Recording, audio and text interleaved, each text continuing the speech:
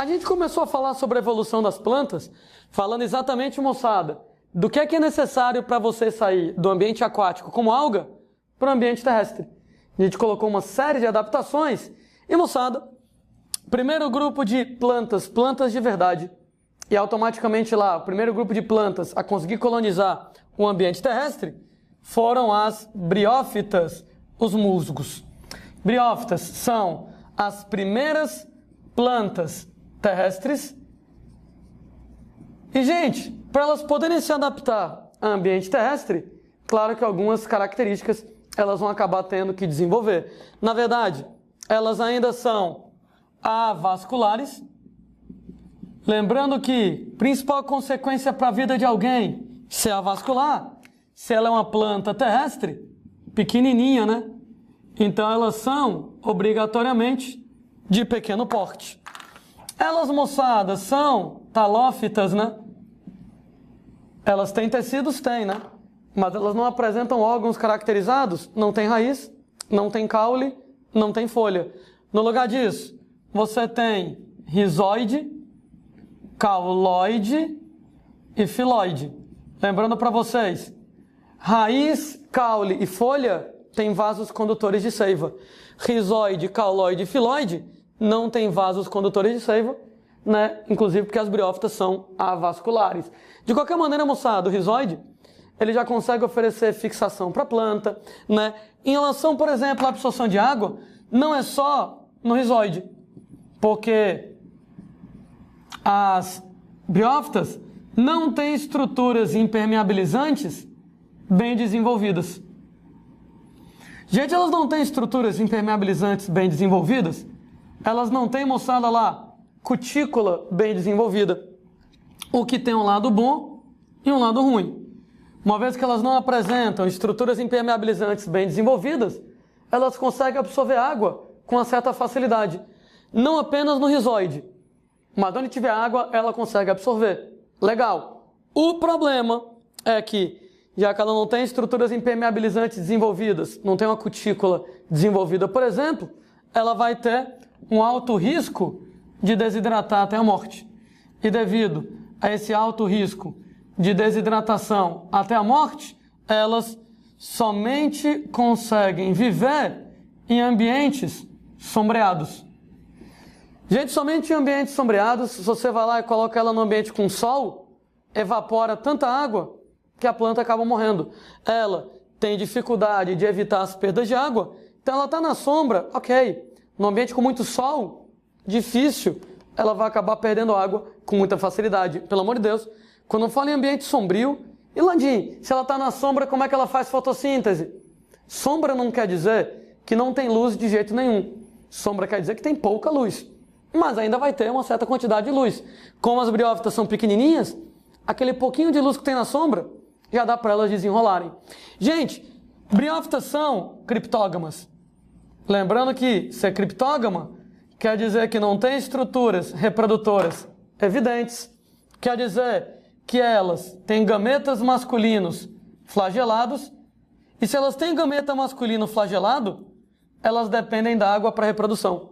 Se elas dependem da água para reprodução, elas somente podem habitar ambientes úmidos. O que quer dizer que, apesar de as briófitas serem as primeiras plantas terrestres da natureza, elas, moçada, são terrestres? São. Entretanto, duas restrições sérias. Somente em ambientes sombrios e úmidos. Ou seja, ela vive em terra? Sim, ela é terrestre. Mas, apenas, moçada, ela só vai conseguir sobreviver em ambientes com sombra e em ambientes altamente úmidos. Aliás, falou, moçada, em briófitas, 3 coisas que você vai ter que lembrar. Como elas são avasculares, elas são pequenininhas. Como elas não têm estruturas impermeabilizantes desenvolvidas, só podem viver em ambientes sombrios. Como elas são criptógamas, gameta masculino flagelado, dependem de água para reprodução, elas, moçada, somente podem sobreviver em ambientes úmidos. Pequenas, em ambientes sombrios, em ambientes úmidos. Uma questão muito tradicional de botânica é você comparar cada grupo com um grupo anterior de seres vivos. Então, comparando algas com briófitas. A alga é avascular, briófita é avascular. A alga é talófita, não tem raiz, caule nem folha. Briófita é talófita, não tem raiz, caule nem folha. Algas são criptógamas, briófitas são criptógamas. Porra, tudo igual? É. Entretanto, alga não é planta, porque ela não é embriófita, não tem embrião. Enquanto que briófitas são plantas, que elas são as primeiras embriófitas da natureza. Nesse caso, pessoas, elas são plantas de verdade, embrião maciço de nutrição matrotrófica. Uma lembrança, costuma-se às vezes comparar as briófitas como sendo os anfíbios do reino vegetal. Eu sei que nós não estudamos zoologia ainda, mas, gente, acho que todo mundo lembra, né? Você pega lá os animais vertebrados. Peixes, anfíbios, répteis, aves e mamíferos.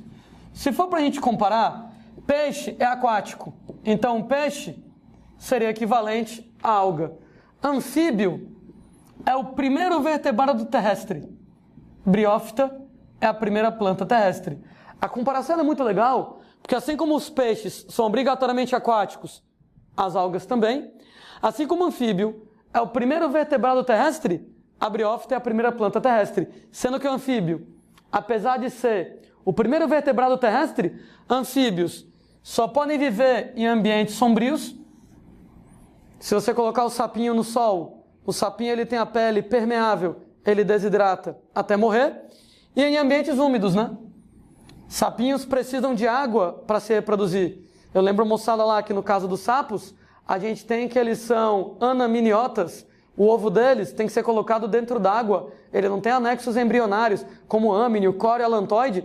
Ele tem que se desenvolver dentro d'água. Então, olha que comparação bacana. Gente, tudo quanto é prova do universo já fez essa comparação. Menos o Enem, ainda. Porque é o tipo lá de questão que o Enem poderia colocar assim. Por que que a briófita é o anfíbio do reino vegetal? Anfíbio, primeiro animal terrestre, primeiro vertebrado terrestre. Briófita, primeira planta terrestre. Anfíbio é o primeiro terrestre, mas somente em ambientes sombrios e úmidos.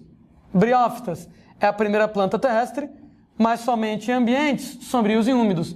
O anfíbio não tem revestimento impermeável. Ele é permeável, ele pede água com facilidade, ele desidrata com facilidade. Gente, a briófita do mesmo jeito. Por isso que só pode viver na sombra. O anfíbio precisa de água para reprodução. E por isso ele só pode viver em ambiente úmido. A briófita do mesmo jeito. Né? Então isso aí tem a ver com reprodução e com revestimento. Tem a ver com o revestimento do anfíbio e da briófita. Não ser impermeável, ser permeável e ter tendência a desidratar ambiente sombrio, e tem a ver com ambos precisarem de água para se reproduzir somente em ambientes úmidos. As briófitas, os anfíbios do reino vegetal. Segundo grupo, moçada, de plantinhas de verdade, as pteridófitas, né? Pteridófitas, moçada, elas são as primeiras plantas terrestres capazes de sobreviver em ambientes ensolarados. Opa, olha a novidade. Enquanto a briófita só pode viver na sombra, pteridófitas, moçada, os primeiros que podem viver em ambientes ensolarados, né, de maneira, moçada, que elas já são muito mais desenroladas em ambientes terrestres do que as briófitas são. A propósito, né, a gente coloca lá que pteridófitas são as primeiras plantas vasculares da natureza.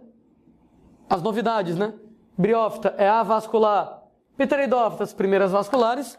Então elas têm vasos condutores de seiva. E elas, então, podem crescer mais, né? Podem ser pequenas, mas elas podem ter um porte maior. Pteridófitas são as primeiras plantas cormófitas da natureza. Ora, pessoazinhas, enquanto você tem lá que briófitas eram talófitas, pteridófitas agora são cormófitas. Elas agora têm raiz, caule e folhas de verdade verdadeira. Nós temos pessoas que, pteridófitas, são as primeiras plantas a apresentarem estruturas impermeabilizantes bem desenvolvidas. No que elas apresentam estruturas impermeabilizantes bem desenvolvidas, ora, as briófitas não tinham estruturas impermeabilizantes desenvolvidas, tinham alto risco de desidratar e por isso só podiam viver em ambientes sombrios. Agora que você tem cutícula bem desenvolvida, a cutícula te impermeabiliza, você já não perde água com tanta facilidade, o risco de desidratação ele é bem menor. Tudo bem, eu não vou colocar sem risco não, porque alguém pode ser meio cri-cri e querer levar o pé da letra. Você tem lá um baixo risco de desidratação, e já que você tem um baixo risco de desidratação, agora você pode pegar sol de boas. Você já não vai perder água com tanta facilidade, por isso, moçada, elas pela primeira vez podem habitar ambientes que são ensolarados. Notem que elas também podem habitar ambientes úmidos, né? Mas pela primeira vez elas podem habitar também ambientes ensolarados. A grande limitação na vida das pteridófitas é que as pteridófitas ainda são criptógamas. Uma vez que as pteridófitas ainda são criptógamas, elas ainda têm gameta masculino flagelado, elas ainda dependem de água para reprodução, elas ainda estão restritas a ambientes úmidos. Somente em ambientes úmidos que elas, moçada, vão poder sobreviver. Entretanto, comparando, moçada, lá, briófita com pteridófita, novidades. Vasos condutores de seiva, de maneira que elas podem ser maiores. Raiz, caule, folha, estruturas impermeabilizantes desenvolvidas. Elas podem viver no sol. O que não mudou? Criptógama, depender da água para reprodução, só vive em ambientes úmidos. Daí pteridófitas são primeiras plantas terrestres em ambientes ensolarados, entretanto, obrigatoriamente úmidos. Ela ainda não se livrou de viver em ambiente úmido, ela precisa de água para reprodução, então ela depende de um ambiente onde pelo menos em alguma época do ano chova bastante para acumular água para ela se reproduzir. Bom, nenhuma novidade, pteridófitas são embriófitas aqui na parada, né? Pteridófitas samambaias, né? Por exemplo, lá. Quarto grupo de organismos que eu estou analisando. Terceiro grupo de plantas de verdade, as gimnospermas. Sendo fofinhos que gimnospermas são as primeiras plantas completamente terrestres, no sentido de que elas agora podem habitar ambientes ensolarados e ambientes secos. Pela primeira vez, a planta pode viver em ambientes secos. Então, a grande transição para você viver em ambiente terrestre acontece nas gimnospermas. Viver em ambientes com sol já rolava, a novidade agora é poder habitar ambientes secos. Características das gimnospermas, elas são vasculares, nenhuma novidade. Pteridófitas já eram assim, daí elas podem ser bem grandes. As maiores plantas que existem hoje, do grupo das gimnospermas, sequoias, que chegam, moçada, lá nos 120 metros de altura. Você tem gente que elas são cormófitas, nenhuma novidade. Elas têm raiz, caule e folha. Elas, moçada, apresentam estruturas impermeabilizantes bem desenvolvidas. Gente, nada disso aqui é novidade, né? Ser vascular, ser cormófita e ter estruturas impermeabilizantes desenvolvidas, ora, as pteridófitas já tinham tudo isso. Todas as novidades das gimnospermas estão no campo reprodutivo. Enquanto, moçada, pteridófitas eram criptógamas, são criptógamas, precisam de água para reprodução. O que limita elas a viver em ambientes úmidos? Gente, as gimnospermas são as primeiras plantas fanerógamas na natureza. As primeiras plantas, gente, a apresentarem estruturas reprodutoras evidentes. Elas têm estróbilos. Estróbilo, lembrando lá a pinha do pinheiro, com estrutura reprodutora. E o interessante disso, né, moçada? É que agora você tem um grão de pólen. sendo pessoas que esse grão de pólen ele vai transportar. O gameta masculino, que não é mais flagelado, os gametas masculinos que não são mais flagelados, sem necessidade de água. Vento, insetos, aves e o resultado, que é o primeiro grupo de plantas que não precisam de água para reprodução.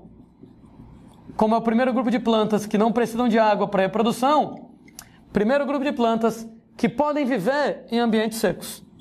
Claro que elas também podem viver em ambientes úmidos, mas as primeiras moçadas que vão conseguir sobreviver em ambiente seco, a grande novidade delas. Quem é fanerógama também será sifonógama. Se você tem grão de pólen, você automaticamente apresenta tubo polínico para permitir que o gameta masculino não flagelado escorregue até o gameta feminino, sem precisar de água no meio. E moçada, quem é fanerógama é sifonógama e é espermatófita, né? Esperma, sêmen, semente. Essas bichinhas aqui, elas são as primeiras a apresentarem semente. Sendo que elas têm semente, mas elas não apresentam frutos, né? Gimnosperma, semente nua. Claro, como todas as plantas, moçada, de verdade, essas garotinhas aqui, elas são embriófitas. Elas apresentam embrião. O último grupo que a gente analisa, quinto grupo no total, e o quarto grupo de plantas de verdade, angiospermas, aqui na conversa. Bom, não sei vocês, mas eu cansei dessa história lá de plantas e tal. Então é o seguinte, eu vou me ajudar e vou ajudar vocês. Características que as angiospermas, elas têm as mesmas que as gimnospermas apresentam. Opa! Show, né? Estamos poupando aí, economizando os nossos neurônios. Então, o que eu escrevi para as gimnospermas vale para as angios. Então, o que eu escrevi para as gimnos? Angiospermas são vasculares, cormófitas, têm estruturas impermeabilizantes bem desenvolvidas. Elas são fanerógamas, sifonógamas, espermatófitas e embriófitas. Entretanto, nós vamos ter duas novidades evolutivas do caralho. Essas duas novidades evolutivas do caralho, no lugar, moçada, de você ter estróbilos, você vai apresentar agora flores de verdade verdadeira. E você, gimnosperma, não tinha fruto, agora você tem frutos. Ou seja, mais ou menos a mesma coisa das gimnos, com essas duas novidades. Eu lembro para vocês que as angiospermas, elas correspondem a 90% das plantas atuais. Gente, 90% é muita coisa.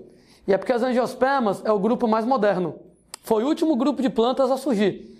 E apesar dele ser o último grupo de plantas a surgir, é o que apresenta o maior número de espécies, 90% das plantas. O que me leva a uma das questões mais clássicas da botânica. Por que que as angiospermas, apesar de serem o último grupo a surgir, elas são 90% das plantas? O que é que as angiospermas têm de tão especial que faz com que elas sejam 90% das plantas? Ora, tudo que a angios tem, a gimnos também tem. As duas diferenças, flores e frutos. Então são elas, moçada, que vão explicar por que que angiospermas são 90% das plantas. Flores e frutos, o que diferencia a angios da gimnos, explica por que de achos as angiospermas são 90% das plantas modernas.